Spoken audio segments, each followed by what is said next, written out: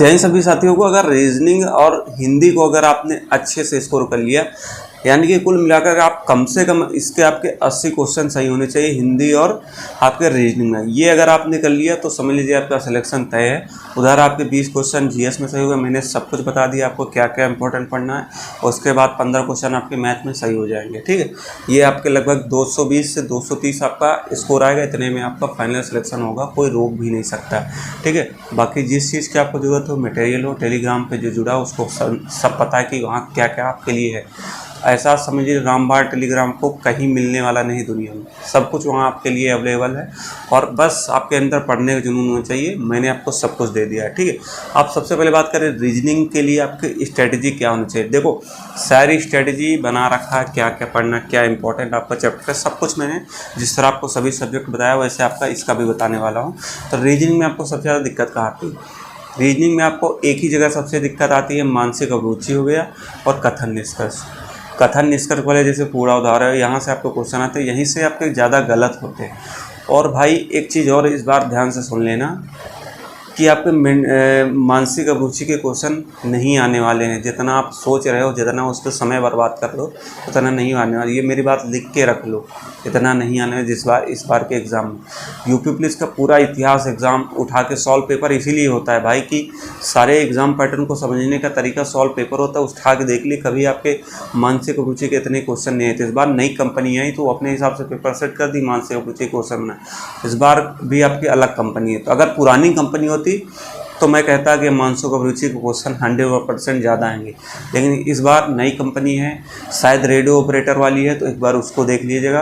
तो लगभग आपके उसी टाइप से क्वेश्चन आएंगे जो रेडियो ऑपरेटर के थे रीजनिंग में। तो फिलहाल उसी तरीके से पढ़ लीजिए, ज़्यादा मानसिक अभिरुचि के पीछे परेशान है। बाकी हाँ, कथन निष्कर्ष का आपके क्वेश्चन आना तय है, क्योंकि वो हर एग्ज़ाम में समझ लीजिए मेरिट डिसाइड करने वाला चैप्टर होता है, क्योंकि बहुत से लोगों का उसमें ज़्यादा गलत होता है।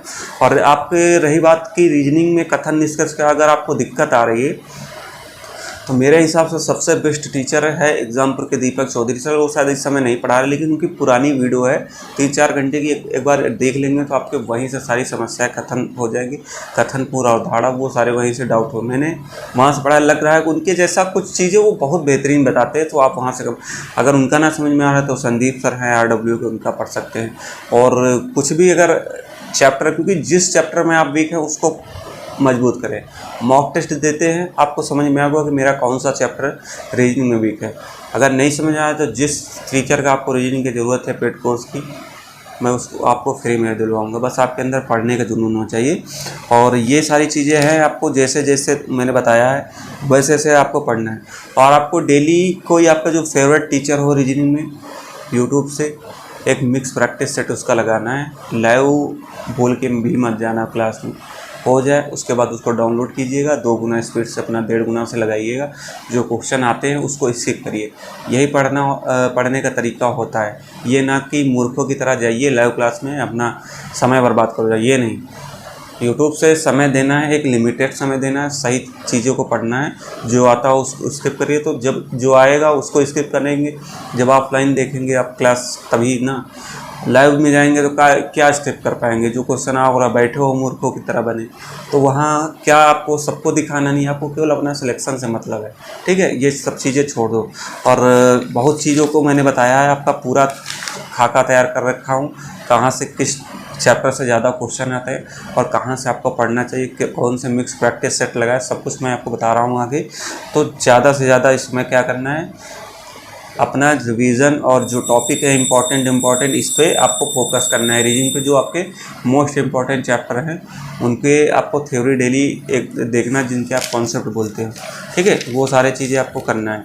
और रही बात है कि यूपी पुलिस के लिए बेस्ट ऑफलाइन प्रैक्टिस सेट कौन सा होगा, तो बेस्ट ऑफलाइन प्रैक्टिस सेट की बात करें जो कि आपके चक्षु प्रकाशन का आया है, बहुत बढ़िया चीज़ है। इसमें क्या खास चीज़ें मैं आपको बता रहा हूँ। इस पर आपको 12 सॉल्व पेपर मिल जाएगा, क्योंकि सॉल्व पेपर ही होता है जो एग्जाम पैटर्न को समझने का एक तरीका होता है। फिर उसके बाद आपको उसमें 2500 ऑब्जेक्टिव क्वेश्चन मिल जाएंगे, 15 प्रैक्टिस सेट मिल जाएंगे, 17-18 फरवरी के आपको क्वेश्चन सारे उसमें मिल जाएंगे। उसके साथ ही इनका गाइड बुक भी आता है, क्योंकि कम समय में चीज़ों को ज़्यादा पढ़ना है तो गाइड बुक में आपको शॉर्ट में चीज़ें दी रहती है।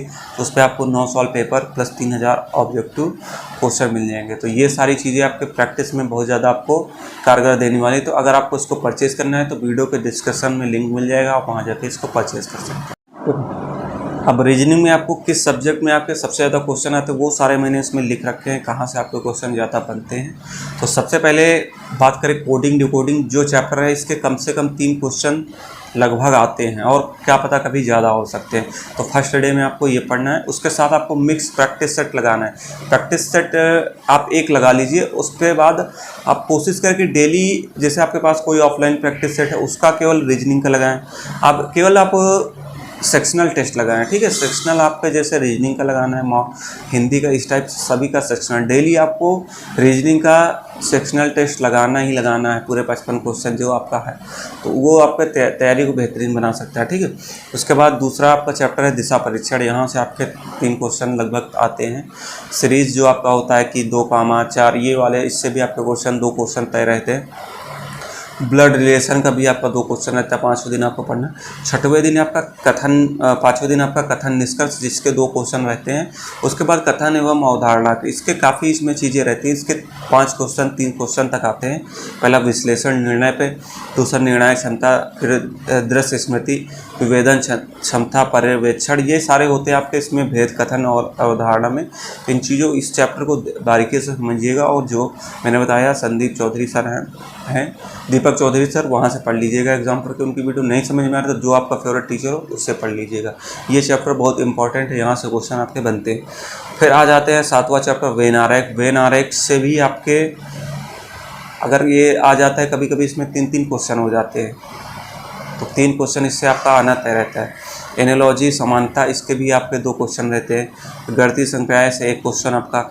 संबंध, जैसे छोटा बड़ा, वो राजा मुझसे बड़ा है उससे मैं बीच में हूँ, तो इससे भी आपके 2 क्वेश्चन बनते हैं। रैंकिंग का हो गया आपसे, उससे 2 रैंक ऊपर है, 3 रैंक ऊपर, तो इससे आपके 2 क्वेश्चन लगभग। घड़ी से आपका 1 क्वेश्चन तय, पासा से आपका 1 क्वेश्चन तय है, कैलेंडर से आपका 1 क्वेश्चन तय है, काउंटिंग फिगर से आपका 1-2 क्वेश्चन तय है, फिगर से आपका 2 क्वेश्चन आना तय है। और जो बाकी आपके शेष चैप्टर बच रहे हैं, ये इतने तो सारे इंपॉर्टेंट है आपके, काफ़ी चैप्टर है इनमें, लेकिन जो शेष बच रहे हैं उनसे भी आपके 5-6 क्वेश्चन रहते हैं, तो इनको पढ़ लीजिएगा। जो 18-19 दिन है आपका। उसके बाद जो बचता है आपका मानसिक अभिरुचि। देखो मानसिक अभिरुचि के आपके 4 से 5 क्वेश्चन रहते हैं। मानसिक अभिरुचि के 4 से 5 क्वेश्चन से ज़्यादा नहीं आने वाले, उसके पीछे ज़्यादा मत पागल होइएगा। और ये जो मैं बताया हूँ वैसे पढ़िएगा, रीजनिंग का सारा आपका काम हो जाएगा। और बाकी रिवीजन संपूर्ण जितना आपने चैप्टर पढ़ा है उसका रिवीजन करिएगा डेली। अगर आपको मिक्स प्रैक्टिस सेट जरूर लगाना है, क्योंकि चीज़ों को समझेंगे कहाँ आपकी गलतियाँ और डेली जितना आप रीजनिंग में करेंगे, उतना प्रैक्टिस करेंगे, उतना आपकी चीज़ें मजबूत होंगी। तो मिक्स प्रैक्टिस सेट जरूर आपको डेली लगाना है। और बाकी अगर आपके कोई भी डाउट रहते हैं आप सीधे मैसेज करिए। कोई भी आपका क्वेश्चन रहता है या है तो मेरे टेलीग्राम चैनल से जुड़िए, वहाँ आपकी भी रीजनिंग की प्रैक्टिस होती है। जो आपका डाउट रहता है रीजनिंग का, ग्रुप में मैसेज डालेंगे, कोई भी आपका जवाब दे देगा। तो वहाँ काफ़ी लोग टैलेंटेड लोग बैठे हैं, तो आपके सभी सवालों को जवाब मिल जाएंगे। इसलिए ज़्यादा से ज़्यादा अगर टेलीग्राम पे भी नहीं जुड़े तो जुड़ जाइए और कोशिश करें, रिवीजन करें, किताबों पे फोकस करें, प्रैक्टिस करें। ज़्यादा ऑनलाइन के चक्कर में लिमिटेड पढ़ें, ऑनलाइन से ज़्यादा नहीं। जो भी पढ़ना है क्लास होने के बाद पढ़ें, ऑफलाइन पढ़ना है, क्योंकि इस बार बस 20 से 25 दिन है, यही आपके ज़िंदगी बदलने वाला है। तो बस अब आपको किस्मत अपनी बदलना है, तो लग जाओ तैयारी से। सारी चीज़ें मैंने आपको समझा दिया, सब कुछ आपको वीडियो प्लेलिस्ट पे मिल जाएगा, तो एक बार देख लीजिएगा सारी चीज़ें। वहाँ से आपको प्लेलिस्ट पे आपके जो भी डाउट संबंधी है सब कुछ वहाँ से आपको मिल जाएगा। और कोई भी आपका डाउट है तो आप कमेंट कीजिए, मैं आपके जवाब दूँगा।